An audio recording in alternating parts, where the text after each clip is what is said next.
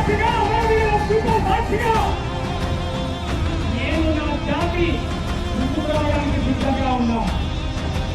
సిద్ధాంతాలే మాట్లాడతాం కనుక నేను ఆ జోలికి పోతలే. నీ విజ్ఞతకే